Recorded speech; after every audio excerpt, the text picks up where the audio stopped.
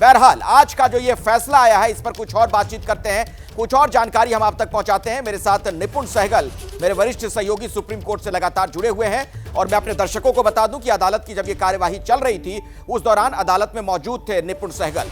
तो निपुण, आपने अदालत का फैसला तो बताया, लेकिन इसका एक दूसरा पहलू भी है। आपने एक जानकारी दी कि अदालत ने सीबीआई को लेकर बहुत कड़ी टिप्पणी की है और सौरभ भारद्वाज जो कह रहे थे अपने बयान में कि यह कहा गया कि छल कपट से गिरफ्तारी की गई, क्या वाकई में कोर्ट ने ऐसी टिप्पणी की?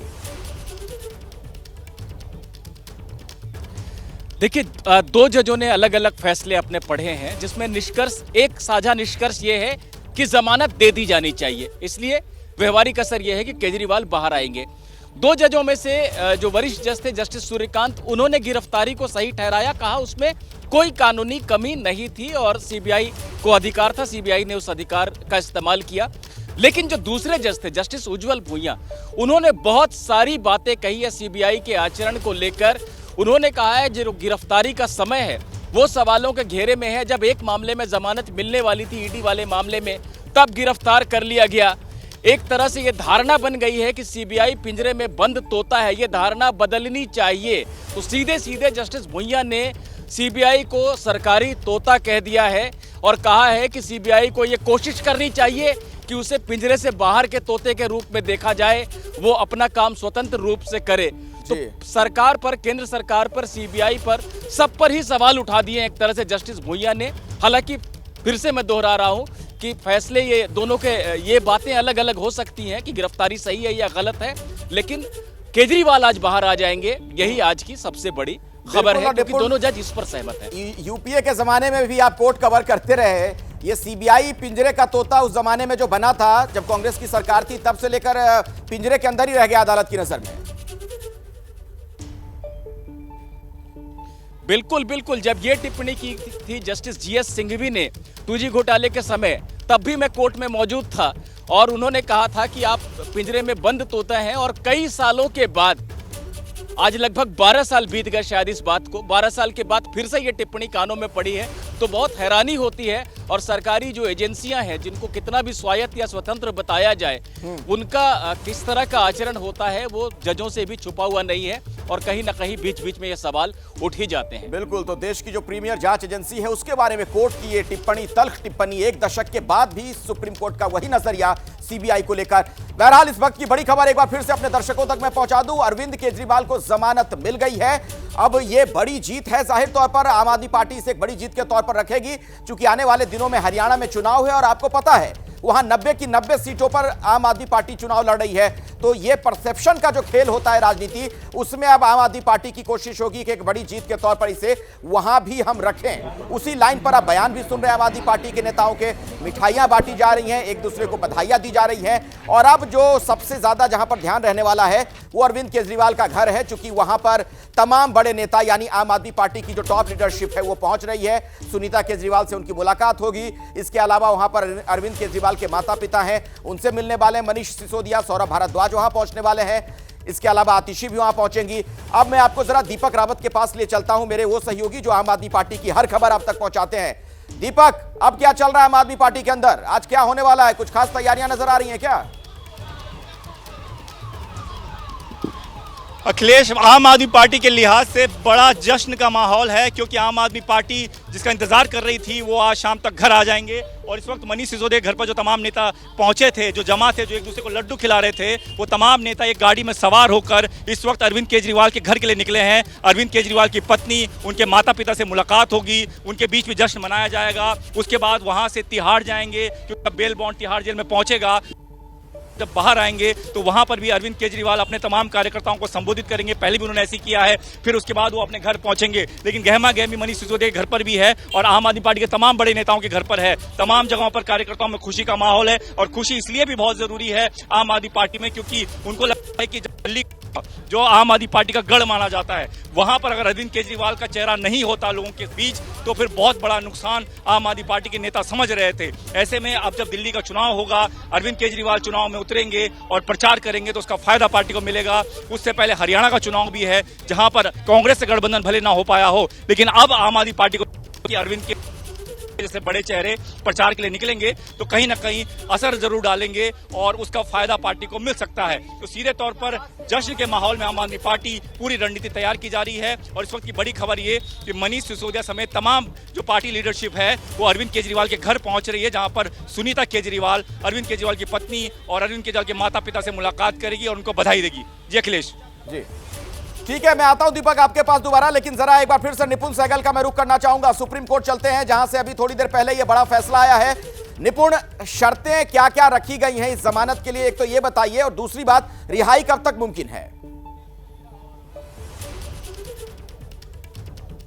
देखिए, मैं दूसरी बात का पहले जवाब दे देता हूं। अभी सुबह सुबह आदेश आ गया है देश की सबसे बड़ी अदालत से। ऐसे में अब ये महज वक्त की बात है, कुछ घंटों की बात है। निचली अदालत को ये आदेश जाएगा और वहां से औपचारिक एक बेल का आदेश जारी होता है, क्योंकि वो एक औपचारिकता भर है, और वो जेल में पहुंचेगा और शाम तक रिहाई हो जाएगी केजरीवाल की, ऐसी पूरी उम्मीद है। दूसरी बात शर्तों की। देखिए, शर्तें वो तो सामान्य शर्तें हैं कि आप केस को प्रभावित करने वाला कोई काम नहीं करेंगे, बयान नहीं देंगे, इस तरह की जो बातें कही जाती हैं। कुछ शर्तें निचली अदालत पर छोड़ दी जाती है कि अगर निचली अदालत कुछ तय करना चाहे तो। लेकिन जो अहम बात है वो ये है कि ईडी वाले मामले में जो अंतरिम जमानत मिली हुई है केजरीवाल को, उसमें शर्तें ये लगाई गई थी कि वो सीएम सेक्रेटेरिएट नहीं जाएंगे, किसी फाइल पर दस्तखत नहीं करेंगे अगर ऐसा करना बहुत अनिवार्य ना हो तो। यानी सीएम के रूप में जो अपनी भूमिका है उसको निभाने में एक अन्य बेंच ने शर्तें डाल रखी हैं कि वो नहीं कर पाएंगे। तो सुप्रीम कोर्ट ने भी कहा है कि जब ये दूसरी बेंच की शर्तें हैं तो उसमें हम कोई बदलाव नहीं कर सकते हैं। यानी फिलहाल जब तक उस बेंच की, जो जस्टिस संजीव खन्ना की बेंच थी जिन्होंने ईडी वाले मामले में उन्हें अंतरिम जमानत दी थी, जब तक उनकी अनुमति नहीं होगी तब तक केजरीवाल सीएम की अपनी भूमिका को पूरी तरह से निभा नहीं पाएंगे। ये बड़ी बात आप बता रहे हैं निपुण। आप ये कह रहे हैं कि जेल से तो बाहर आ जाएंगे अरविंद केजरीवाल, आज शाम तक रिहा हो जाएंगे, लेकिन मुख्यमंत्री के तौर पर उनकी जो तमाम भूमिकाएं हैं उसका पूरी तरीके से वो निर्वहन आगे भी नहीं कर पाएंगे अभी। बिल्कुल, क्योंकि 12 जुलाई को जब उनको अंतरिम जमानत दी गई थी, वो जमानत अंतरिम थी, नियमित नहीं थी। अगर नियमित होती तो उसमें शर्त नहीं होती। अंतरिम जमानत में यह शर्त लगाई गई थी कि वो सीएम सचिवालय नहीं जाएंगे, किसी फाइल पर दस्तखत नहीं करेंगे अगर ऐसा करना अति अनिवार्य ना हो। यानी एलजी के पास कोई मामला अटका हुआ हो और सीएम की साइन जरूरी हो, तभी एलजी उस फाइल को देखेंगे। ऐसी कोई स्थिति हो, बहुत अहम हो, तब वो काम उस फाइल पर दस्तखत करेंगे। यानी सीधे सीधे कहा जाए कि सीएम के रूप में अपनी भूमिका को नहीं निभाएंगे, भले जेल से वो बाहर रहें। वो शर्तें चूंकि दूसरी बेंच की थी, जस्टिस संजीव खन्ना की अध्यक्षता वाली बेंच ने शर्तें लगाई थी। ऐसे में ये बेंच जिसने सीबीआई वाले मामले में जमानत दी है वो इन शर्तों को नहीं हटा सकती थी, और बेंच ने यही कहा है कि हम उन शर्तों पे कोई छेड़छाड़ नहीं कर रहे हैं। ऐसे में अगर केजरीवाल को बाहर आने के बाद सीएम का दायित्व तो पूरी तरह से निभाना है, सेक्रेटेरिएट जाना है, ये अनुमति चाहिए, तो उन्हें या तो नियमित जमानत हासिल करनी पड़ेगी क्योंकि ईडी वाले मामले में अंतरिम जमानत है, या फिर उस बेंच से जिसने उन्हें अंतरिम जमानत दी थी उससे अनुमति मांगनी पड़ेगी कि देखिए अब मैं दोनों मामलों में बाहर हूं, तो कृपया मुझे सीएम का काम आप करने दीजिए और मैं कोई केस में दिक्कत पैदा नहीं करूंगा। चलिए, मैं आऊंगा निपुण आपके पास, एक बार फिर से आपसे आगे हम बातचीत करेंगे, लेकिन तमाम तरह की प्रतिक्रियाएं भी आनी शुरू हो गई हैं। बीजेपी कैसे देख रही है इस बेल को, वो भी जान लेते हैं। अंकित मेरे साथ जुड़े हुए हैं, उनके साथ मुझे मुख्तार अब्बास नकवी दिख रहे हैं। अंकित, उनसे बात करिए। बिल्कुल अखिलेश, नकवी जी हमारे साथ में है। नकवी जी, अरविंद केजरीवाल को जमानत मिल गई है और आम आदमी पार्टी का कहना है सत्य की जीत होगी। देखो, ये पहले तो ये तय कर ले कि कब उनके लिए सत्य पराजित होता है और कब परेशान होता है। अब अगर अपने सियासी गुले भाग के हिसाब से उनके लिए सत्य पराजित हो रहा है, सत्य परेशान हो रहा है और फिर सत्य विजयी हो रहा है, तो ये उनका अपना सियासी गुणगान है। लेकिन उनके लिए सबक और संदेश है जो लोग की न्याय व्यवस्था पर, कानून पर समय समय पर अपने सियासी स्वार्थ के लिए सवालिया निशान खड़ा करते रहे, इसलिए उनके लिए भी सबक संदेश है ये।